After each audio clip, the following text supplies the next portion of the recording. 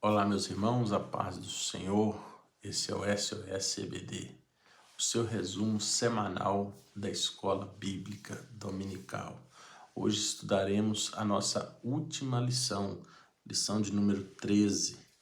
30 de junho de 2024 será o dia que será passada a última lição nas nossas igrejas. A cidade celestial é o título da lição de hoje. Ao longo dessas 13 semanas, nós pudemos ali aprender toda a jornada, como começa e onde culminará ou onde se dará, terminará, mas terminar no sentido de chegar, não terminar no sentido de acabar. Essa jornada do cristão. Porque tudo que começa tem um fim. O propósito de Deus, o plano de Deus, ele teve um começo e ele também tem um fim. Mas este fim, o fim que Deus tem em seu propósito, não é um fim onde as coisas serão aniquiladas, onde tudo vai findar e acabar. Na verdade, o fim aqui é a consumação, é o início, do plano eterno de Deus. É claro que para se iniciar o tempo, o plano eterno, o tempo eterno de Deus, do seu plano, é necessário que esse tempo presente termine. É necessário que as coisas para esse tempo se findem, Então, com muita alegria mesmo, essa lição ela traz para nós uma sensação de consumação. E eu acho que essa sensação de consumação ela deve permear o nosso coração, porque nós temos uma esperança, como estudamos na lição passada, nós temos uma esperança, e essa esperança será consumada com a conclusão desta obra que Deus irá realizar. Segue o nosso canal, se você ainda não for inscrito, se inscreva, assine lá, clica no sininho para você receber as notificações. Você pode estar compartilhando com alguém essa mensagem, você pode estar compartilhando com mais pessoas, tá bem? O texto áureo diz assim: mas a nossa cidade está nos céus, donde também esperamos o Salvador, o Senhor Jesus Cristo. Filipenses, capítulo 3, versículo 20. Verdade prática. A cidade celestial é o alvo de toda a nossa jornada, que iniciou com o novo nascimento e se consumará com a entrada pelos portões celestiais. Então, é a consumação. Nós precisamos compreender que chegar ao céu não é o fim de uma jornada apenas, não é o término apenas de uma corrida, mas sim a consumação de um plano, o fechamento. Talvez possamos comparar, como aquela pessoa que competiu, correu, ao longo da corrida venceu obstáculos, ao longo da corrida essa pessoa venceu o cansaço, o desânimo, todas as coisas contrárias, mas ela chegou, mas ela alcançou a linha de chegada, e agora, dali por diante, ela será recompensada. Dali por diante, todas as recompensas que estavam preparadas, aguardando por essa pessoa, serão entregues, e dali para frente é uma outra fase, é um outro tempo, ok? A introdução diz assim, os cristãos que têm conhecimento das Sagradas Escrituras sabem que não foram destinados para viver apenas neste mundo.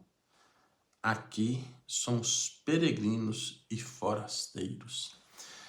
Estamos de passagem, é um tempo, é uma breve, talvez curta para uns, talvez um pouco longa, talvez mais leve ou mais pesada para outros, mas fato é que nós estamos peregrinando, estamos de passagem, somos forasteiros, somos como aquelas pessoas que vêm, mas que vão passar, que não ficarão para sempre. Então essa é a ideia que a própria Bíblia apresenta de nós, servos do Senhor. Aqui não é o nosso lugar, temos um lugar que foi preparado para a nossa habitação eterna junto a Deus, na presença do nosso Pai, ok? Estudaremos a respeito do paraíso eterno, a cidade celestial e o estado eterno, em que desfrutaremos da presença de Deus. Então, a consumação de todas as coisas se dará quando estivermos no paraíso, né? A ideia de paraíso aqui é a ideia de lugar perfeito, de um lugar onde todo mundo quer estar. Se formos olhar pelas qualidades e as características do paraíso, todo mundo gostaria de um dia estar em um lugar perfeito, em um lugar harmônico, em um lugar sem nenhum tipo de problema. Porém, nós aprendemos que nem todos estarão no paraíso, nem todos estarão nesse lugar de descanso, de repouso, nesse lugar onde desfrutaremos do gozo, da alegria proporcionados por Deus. Esse paraíso, ele está localizado em uma cidade celestial preparada pelo próprio Deus, e ali estaremos eternamente.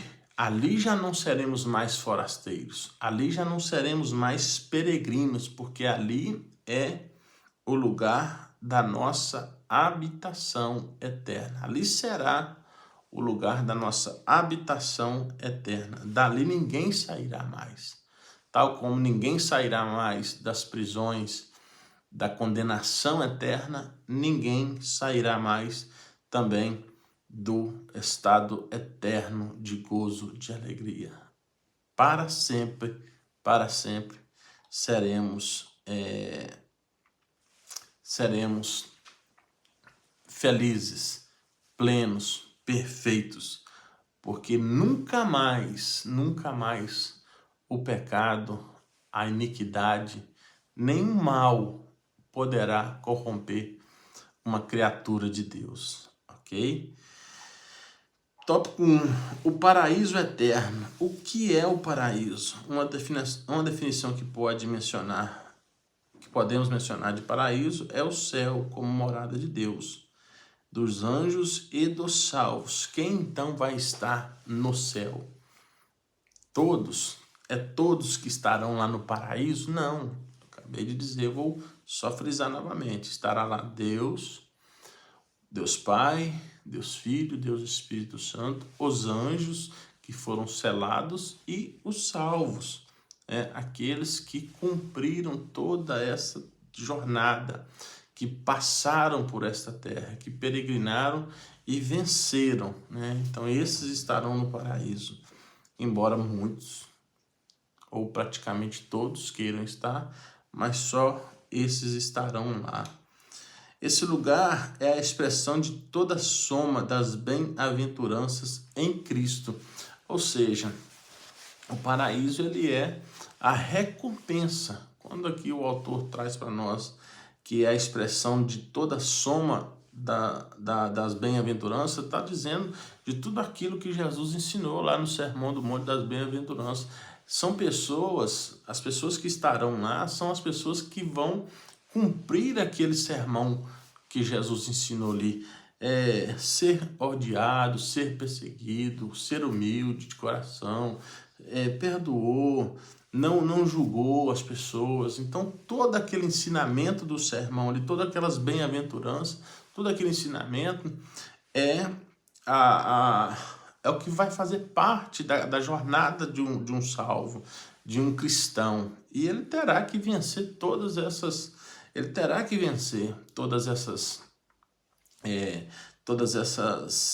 condições, todos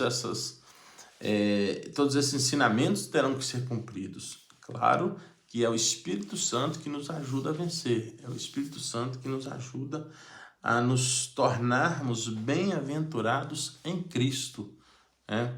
É o Espírito Santo que vai fazer essa obra em nós e também nos levar até essa santa e bendita presença de Deus, que é o paraíso. 2. O que é a cidade eterna? Depois do julgamento final, após o milênio e a purificação da terra por meio do fogo, surgirá a Nova Jerusalém, que figura como a cidade eterna de Deus. Quando esteve neste mundo, o Senhor Jesus assegurou que prepararia um lugar para nós, para os santos. Então, a Nova Jerusalém é um lugar onde, dentro dessa perspectiva humana que nós temos de habitação, de geografia, no céu também estará sendo preparado para nós um lugar com nome, um lugar com aspecto, né, de uma cidade, um lugar com aspecto de habitação. E aí será lá esse lugar que nós vamos habitar. Essa é a Nova Jerusalém. Criada por ocasião da purificação ocorrida na terra, tem a sua origem no céu e será também terrena, visto que subsistirá a antiga cidade que estava contaminada. Ela descerá diretamente do céu. Nessa ocasião, os salvos serão cidadãos dessa cidade, desfrutarão das bênçãos eternas e habitarão com seus corpos transformados em um estado glorioso. A Nova Jerusalém, ela é celestial, ela tem os padrões celestiais, mas ela predominará sobre a Jerusalém terrena. A Jerusalém terrena não se extinguirá, porém ela será transformada, ela será purificada pelo fogo, purificada porque tudo que hoje contamina, tudo que hoje foi feito debaixo da maldição, será tirado, será purificado, e tanto a Jerusalém terrena quanto a celestial serão habitadas por pessoas justas, por pessoas transformadas, por pessoas redimidas, lavadas e purificadas no sangue do Cordeiro. Tanto na Jerusalém terrena quanto na Jerusalém celestial não haverá nenhum iníquo, não haverá nenhuma possibilidade de iniquidade ou de transgressão, não haverá. Será um lugar extremamente, completamente santo, transformado e glorioso. Então, entende-se que todos aqueles que vão habitar nesses lugares, quer seja na Jerusalém celestial, quer seja na Jerusalém terrena, serão pessoas transformadas e terão os seus corpos incontamináveis, né? Não terão mais corpos contaminados e jamais poderão se contaminar novamente. Quanto à eternidade, quando a eternidade começará, de acordo com o estudo atento de Apocalipse, a gente sabe que arrebatamento, grande tribulação, milênio, e após o milênio, no final do milênio, acontecerá o julgamento final, né, o juízo final, iniciando-se assim após o reinado eterno.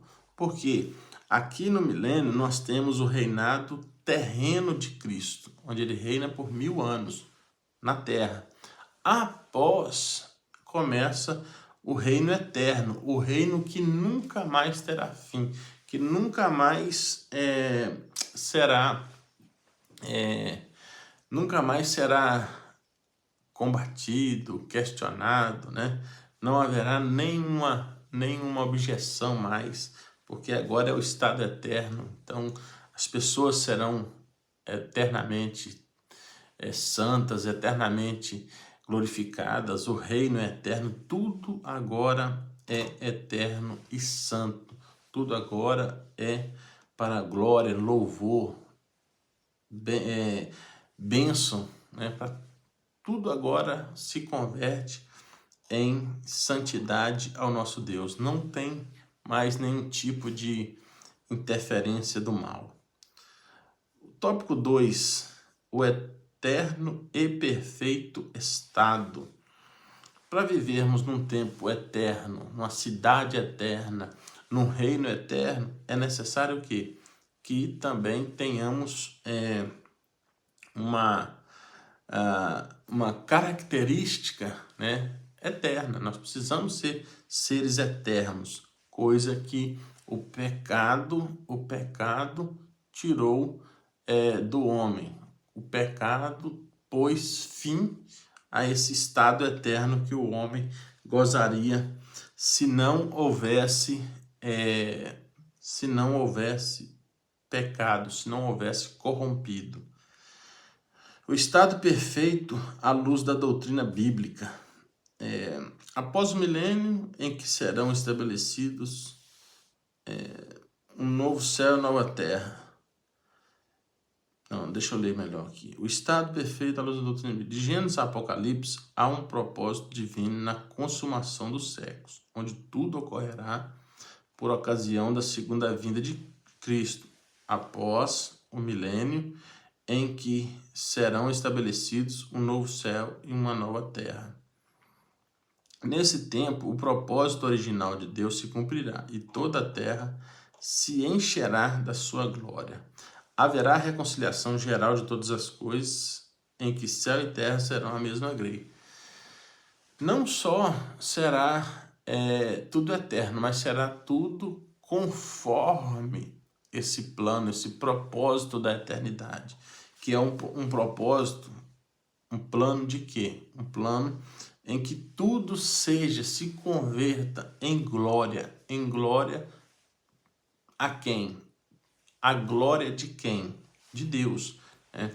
Então todas as coisas aqui serão perfeitas. Esse tempo da eternidade, o estado eterno, ele é um tempo, ele será um tempo eterno, porque não tem fim, e tudo será perfeito, tudo será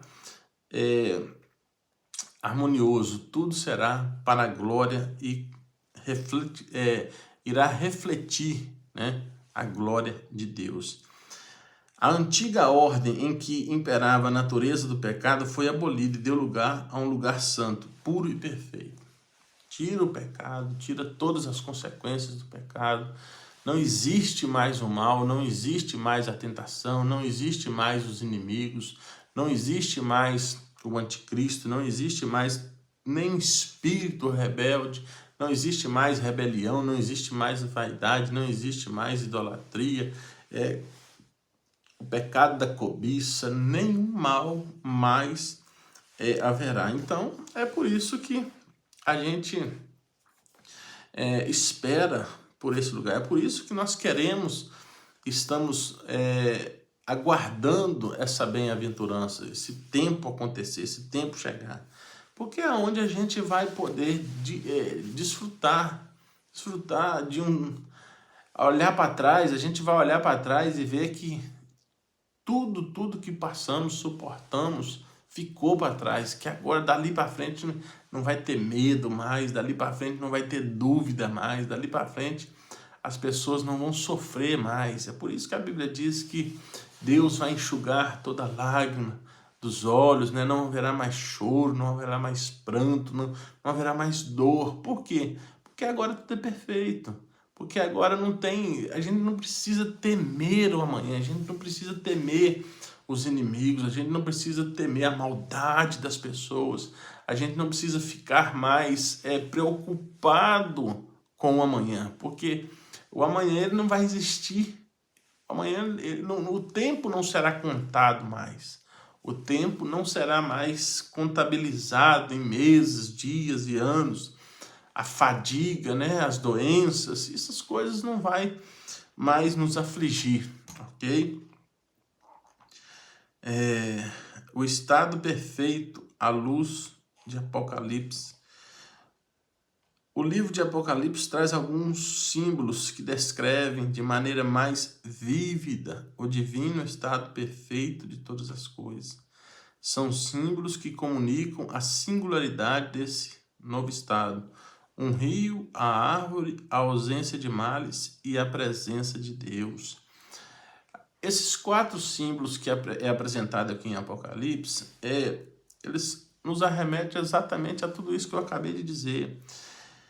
É Deus, o Deus da providência, é Deus provendo para nós tudo aquilo que nós precisamos, tudo aquilo que hoje nos aflige, tudo aquilo que hoje aperta o nosso coração, tudo aquilo que hoje faz com que nós tenhamos medo, duvidemos de alguma coisa, tenhamos ansiedade, tenhamos temor de alguma coisa. A vida eterna, ela suprirá todas essas coisas, né? Então, o rio, o apóstolo João descreve essa eternidade como o rio da vida que brota do trono de Deus e do Cordeiro. Quando a gente estiver ali e pudermos contemplar esse rio e como uma fonte, né, a jorrar, como Jesus disse lá em João capítulo 4, versículo 10, aquela mulher samaritana, a gente vai ver que tal como uma fonte ela jorra para toda a vida, ela nunca cessa de jorrar, a gente vai poder ver a eternidade, um rio, como um rio que flui do trono de Deus, nos garantindo, não que a gente vai ter medo, mas como garantia. João viu, assim como uma fonte ali debaixo do trono de Deus jorra água sem cessar, para sempre, assim será o nosso estado de vida, uma vida eterna. Outra coisa que João viu, ele viu uma árvore, fala de quê? Todas as nossas necessidades serão supridas. Não haverá mais nenhum tipo de necessidade humana, física, nada disso, doenças, nada, porque tudo isso Deus vai prover pelo meio dos frutos da árvore da vida. Terceiro símbolo, a vida eterna sem males, não haverá mais maldição contra ninguém. O problema do coração do ser humano será para sempre resolvido. Isso aqui é muito importante. Oxalá se hoje a gente conseguisse... Hoje nós lutamos para ter um coração puro. Hoje a gente tem que lutar contra as vontades do nosso coração, que são más. O coração é mau. As intenções do nosso coração hoje, elas são más. Por quê? Porque o nosso coração ele está corrompido. A nossa natureza está corrompida pelo pecado. Então a gente faz o mal, a gente amaldiçoa, a gente faz pessoas sofrer, a gente cria situações difíceis, a gente cria problemas. Mas na eternidade ninguém terá um coração maldoso mais. Toda maldade será tirada, toda cobiça, toda inveja, todos esses sentimentos que são armas, né, que acabam sendo armas ou armadilhas para a nossa vida, isso vai ser tirado. A maldade, o problema do coração do ser humano será resolvido, pois o mal será plenamente erradicado. É como se tudo, a menor possibilidade de erro não vai existir. Será dessa maneira. Nenhum pensamento malicioso, nenhum pensamento maldoso, nenhuma atitude degradante, né, ou destrutiva brotará do coração dos salvos. Por fim, o terceiro símbolo da vida eterna aqui é o quê? A própria presença de Deus. O ver Deus face a face.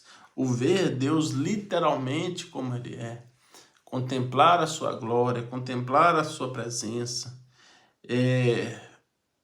Hoje a gente sente a presença de Deus. Hoje a gente almeja a presença de Deus. Hoje a gente é alimentado por uma esperança de ver a Deus, de estar diante dele. Mas aqui nesse tempo nós estaremos. Nesse tempo nós o veremos face a face, tal como ele é, né? E isso será muito bom. Isso será muito bom porque toda a raça humana, uma vez que ela foi tirada da presença de Deus, nunca mais ninguém pôde ver a Deus face a face, senão aquele que de lá veio, que foi o próprio Filho.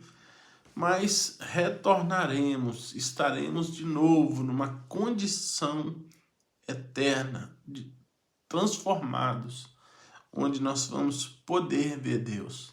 Então tudo que eu e você hoje imagina de perfeição de Deus, de santidade, de justiça, de tudo, na eternidade, nós vamos ver. Na eternidade nós vamos contemplar. E nada mais ficará oculto, nada mais estará oculto aos nossos olhos. Aleluia. Prestaremos culto olhando diretamente para Ele. Isso é muito importante porque hoje a gente cultua a presença de Deus, mas por fé. A gente cultua a presença de Deus mesmo sem ver, mesmo sem poder contemplar, mas pela fé nós cultuamos a Deus. Sua presença gloriosa fará com que não haja mais noite, não havendo mais qualquer escuridão, e para sempre reinaremos com Ele. Então, chegar à presença de Deus face a face. Moisés pediu para ver Deus. Os grandes homens da Bíblia, todo mundo quer ver Deus um dia. Quer ver o seu Criador. E todo mundo vai ver. Só que uns verão para condenação. Uns comparecerão diante de Deus para a condenação eterna. Mas nós que perseverarmos, nós que formos até o fim perseverante, nós veremos Deus face a face para vida eterna, para gozo eterno, para alegria eterna. Não haverá mais morte, não haverá mais dor. O estado final de todos os santos. Tópico 3. O que todo crente salvo deve esperar. Os santos, todos os santos, né? Os santos de Deus, tanto do Antigo quanto do Novo Testamento, nunca viveram nessa terra com a ideia de permanecer nela eternamente. Abraão vivia nela com a esperança da cidade celestial, cujo construtor é Deus. Moisés passou por ela com essa mesma intenção. Deixou o Egito e sua glória porque tinha consciência de algo melhor, a recompensa gloriosa. O cristão que vive neste mundo sabe que aqui ele é peregrino nessa jornada, pois está consciente de que o seu lar, a sua verdadeira cidade é a celestial, de onde o nosso grande e maravilhoso Deus habita. Então essa foi a esperança de Abraão, essa foi a esperança de Moisés, essa era a esperança de Davi. Davi, ele cantou muito, ele compôs muito salmo a respeito do reino eterno, né? O reino glorioso e eterno de Jesus Cristo. Então, nós sabemos que não é fácil, a jornada não é fácil, essa caminhada não é fácil, mas a consumação dela será gloriosa. A consumação será gloriosa. Talvez o momento hoje seja um momento muito difícil, a dor hoje seja muito grande, talvez hoje a gente só tenha motivos, né? A gente tenha muitos, só não, mas a gente tenha muitos motivos para desanimar, para chorar, para lamentar, mas trocaremos todas essas dificuldades por uma coroa de glória, por uma recompensa inestimável, incalculável, né? Não se dá para comparar. O apóstolo Paulo disse que não tem como comparar as coisas que a gente sofre nessa vida com a glória que há de ser revelada em nós. Então, não é que a gente vai esquecer as lutas, as adversidades, as dificuldades nessa vida. Mas a alegria vai ser tão grande, a glória vai ser tão grande, a presença de Deus ela é tão perfeita. Deus ele é tão perfeito, a presença dele é tão gloriosa que suprirá toda e qualquer dificuldade que nós enfrentarmos nessa vida. Viveremos todos em unidade. Uma vez que o problema do coração do ser humano é resolvido, e é do coração do ser humano que brota, né, que emana essa maldade, essa dificuldade de relacionamento, de convivência, mas a Bíblia nos aponta que haverá uma unidade, né? Por isso que João ele contempla as 12 portas, simbolizando o Israel do Antigo Testamento, e ele vê também os 12 alicerces, representando pelos apóstolos, os gentios, né? Então toda essa barreira que há entre nós, de egoísmo, de maldade, de perversidade, de dureza de coração, tudo isso não haverá mais. Como diz o apóstolo Paulo, Jesus já fez isso, mas a gente tem dificuldade. Jesus já morreu na cruz para fazer de ambos um só povo, né? E a vontade de Deus e o sacrifício de Jesus foi para que nós pudéssemos viver harmoniosamente, mas a gente ainda tem muita dificuldade disso. A gente ainda, por estar ainda dentro de uma natureza, vivendo uma natureza pecaminosa, hora ou outra a gente erra, hora ou outra a gente vacila e acaba fazendo com que o próprio irmão, o próximo, acabe sofrendo por nossas atitudes, né? Viveremos na nova cidade sem qualquer tipo de segregação, discriminação e diferença de classes, pois seremos um só povo em Cristo Jesus. Muito mais do que viver só como um só povo, viveremos em um só propósito, viveremos em um só culto, em um só louvor, em uma só adoração. Não haverá a menor possibilidade de alguém pensar de forma diferente. Não haverá a menor possibilidade de alguém ser induzido a errar, a fazer alguma coisa contrária à santidade de Deus. Porque a glória de Deus, ela vai tomar conta de todo esse lugar. O corpo já não mais está debaixo da maldição do pecado. Número 3, finalmente em casa. A vontade que a gente tem aqui é de respirar fundo e nesse momento a gente gostaria muito que fosse agora, né? Que fosse tão depressa, mas vai chegar a hora. Vai chegar a hora em que a gente vai poder dizer, finalmente em casa. Sabemos que a nossa morada final não é aqui, neste mundo, nem na sepultura. A morte não é o fim. A morte é uma passagem, né? A sepultura, ela também é só uma passagem, ela é apenas uma transição. Prova disso é que somos denominados de peregrinos e estrangeiros nessa terra. O apóstolo Paulo nos lembra de que nossa cidade está nos céus. Os cristãos que verdadeiramente mantêm mantém comunhão com Cristo e sua palavra, cultivam em seu coração o desejo de ir para casa, como anelava o apóstolo dos gentios.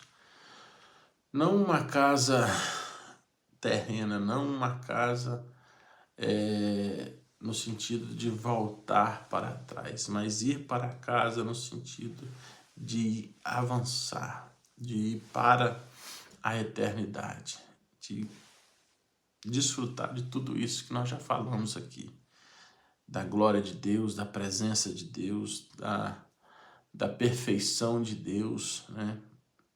Do reino de Deus, sermos governados por Ele novamente, sermos governados por um Deus justo, santo, um Deus que nunca falhou, que não falha. Essa é a nossa esperança. Essa é a nossa grande recompensa ou esperança, como eu disse, de quando findarmos aqui na terra a nossa jornada. Essa é a bendita esperança de todo cristão sincero que deseja morar no céu. Não tem como servir a Deus sem querer ir morar no céu. Todos nós que servimos a Deus, almejamos o céu. Quem não quer servir a Deus, ele não quer ir morar no céu. Aquele que não está disposto a servir a Deus nessa vida, não está também disposto a servir a Deus na eternidade. Não está disposto a passar toda uma eternidade com Deus. Conclusão: o céu é o destino final de uma jornada que se iniciou com o novo nascimento. Do início da jornada até o final, enfrentaremos inimigos que intentam nos desviar da rota para o céu. Por isso, durante a travessia da jornada, é necessário toda vigilância e zelo, sabendo que aquele que começou a boa obra a aperfeiçoará até o dia do nosso Senhor Jesus Cristo. Filipenses 1:6. As dificuldades virão, as aflições virão, os inimigos intentarão contra a nossa vida, tentando nos destruir, tentando nos tirar do foco, tentando nos tirar da trajetória dessa jornada. Mas persevera, nós somos chamados para perseverar até o final. Jesus, ele fez promessa, ele prometeu, ele disse que o que vencer, o que for até o final, Jesus disse que só é recompensado aquele que for até o final. Está logo ali. Pode parecer que está demorando, pode parecer que está distante de nós, mas o céu é logo ali. Amém? Que Deus em Cristo te abençoe. Mais uma vez te peço, siga o nosso canal, se inscreva, compartilhe essa mensagem. Semana que vem iniciaremos uma nova lição. O Deus que governa o mundo e cuida da família é o tema do próximo trimestre da EBD, ok? Te aguardo na próxima aula. Muito obrigado por você ter passado aqui esse tempo conosco, ter permanecido aqui.